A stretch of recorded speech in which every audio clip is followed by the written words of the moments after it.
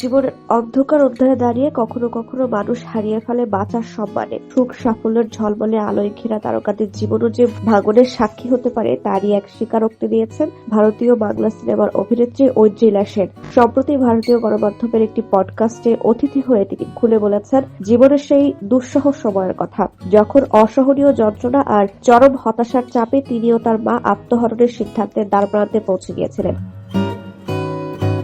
জানা যায় 2015 সালে সড়ক দুর্ঘটনায় মারা যান ঐন্দ্রিলার বাবা শান্তনু সেন। তখন ঐন্দ্রিলার বয়স 20 বছর। সেই দিনের ঘটনা বর্ণনা করে এই অভিনেত্রী বলেন, আমি এখনো সেদিনের কথা ভুলতে পারি না। আমি কোলাঘাটের কাছে একটি শুটিংয়ে গিয়েছিলাম। আমার সঙ্গে আমার মা ছিলেন। মাত্র আধা ঘন্টা আগেই বাবার সঙ্গে আমাদের কথা হয়েছিল। হঠাৎ মায়ের কাছে একটি ফোন আসে, বাবার অ্যাক্সিডেন্ট হয়েছে, আমরা যেন তাড়াতাড়ি চলে যাই।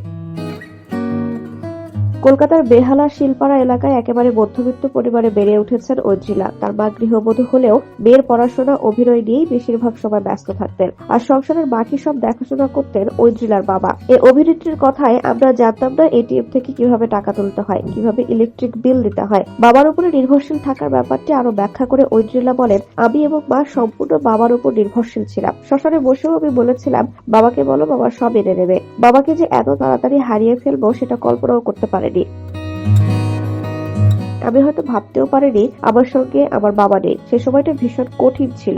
এ পরিস্থিতিতে ঐন্দ্রিলা ও তার মা আত্মহরণের চিন্তাও করেছিলেন। এ তথ্য স্মরণ করে এই অভিনেত্রী বলেন, আমরা বাজার করতে জানতাম না, কোথায় গহনা থাকে সেটাও জানতাম না। এক কথায় আমি আর আমার মা সম্পূর্ণ বাবার উপর নির্ভরশীল ছিলাম। একটা সময় আমি আর মা সিদ্ধান্ত নিয়েছিলাম আমরা আত্মহত্যা করব। অনেক কষ্টে সেই সময় থেকে বেরিয়ে এসেছি।